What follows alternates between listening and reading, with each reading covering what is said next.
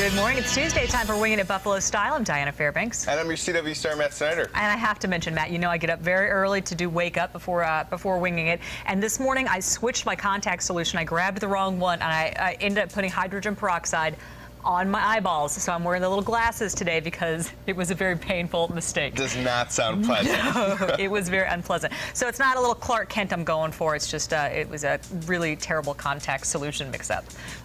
Much more fun, though, topic. We're going to talk about Steve in the kitchen from Francesca's. He is making up one of my very, very favorite dishes and one of their specialties. Oh, it's going to be fantastic. Coming up in the kitchen today, lots of seafood and pasta. Very, very good. And as meteorologist Brian Shaw mentioned, there is not a cloud in the sky, so we're going to have some expert advice on how to protect your skin from the sun coming up later on in the show. Yeah, he had a whole little thing, Neckets. Not a cloud in the sky, Neckets. He wants it to start trending, so work on that, Neckets.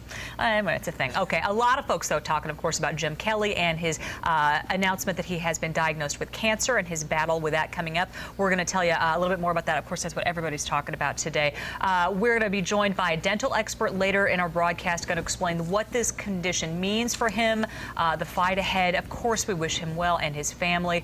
We wish them all the best. The news came down really just after we were getting off the air for Winging It yesterday morning. Happened early yesterday morning, and with any other major breaking story, you know, a lot of real-time reaction from Kelly's fans, family members, former teammates on social media. For example, his wife Jill, she put out a tweet. Former Bills great Thurman Thomas changed his Twitter photo, showed a picture of him and Kelly, and just writing out in all caps, "I love Jim Kelly." A lot of support coming out for that.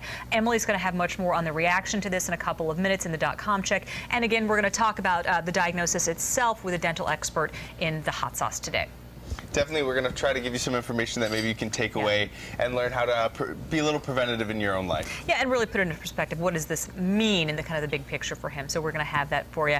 We're going to move to something a little bit lighter, though, something that I think we all can relate to. I don't know. Were you in band when you were growing up? I was in chorus, so yeah, you get the same ideas. idea. I was in band. I played the flute, and we all had those moments where something goes wrong. But that didn't stop this young cymbal player, if you will.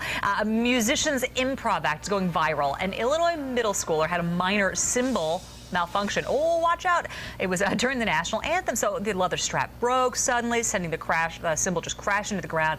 And so what do? Well, you stand tall, you give a salute, you show your respect for the rest of the tune. He said with various war veterans and his family looking on, the 13-year-old said it just felt like the right thing to do. I mean, it's brilliant, though, because usually people will kind of, like, show that they messed up, convey that to the audience, and he just said, you know what, I know what to do, I'm going to do it, and it's a very bold move, but it worked out really well. Grace under pressure, great job. I just want to give him a big hug. Definitely. Definitely, okay. A lot of folks talking about the polar bears at the zoo, but that's not the only baby animal that's getting a lot of attention. Not at all. I know that we're also talking about the falcons. Remember that family of falcons living high on top of the Statler City? Well, yesterday they had a rite of passage. The state DEC banded the little guys, and we got a shot of the special footage of the entire process.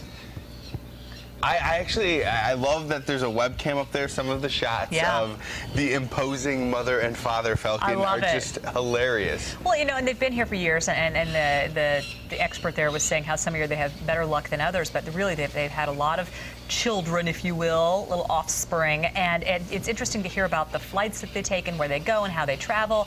We have more on our website, so you definitely should click on the full story for that, but it's very interesting, and they're kind of cute and also ferocious. Definitely kind of cute and also very ferocious. And it's a whole morning of talking about animals because we had a guest in the studios yesterday that you made quite the impression on. Not ferocious, like anti-ferocious. Definitely cute, though. That was our SPCA Dog of the Week. Why don't you take it away? Because oh my gosh, he is definitely your new best friend. Every Monday on News 4 at noon, we have a special animal from the Erie County SPCA, and this was Cowboy.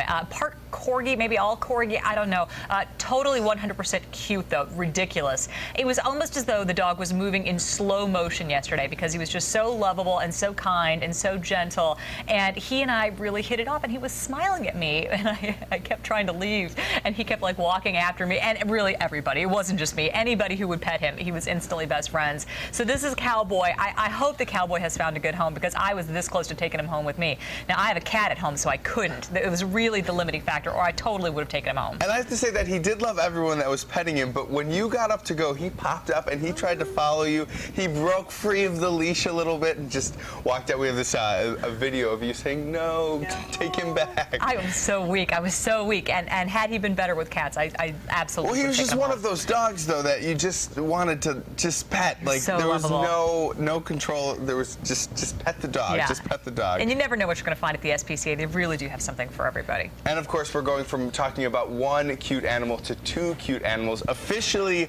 Luna and Cully have met, and we were there to see how this all went down.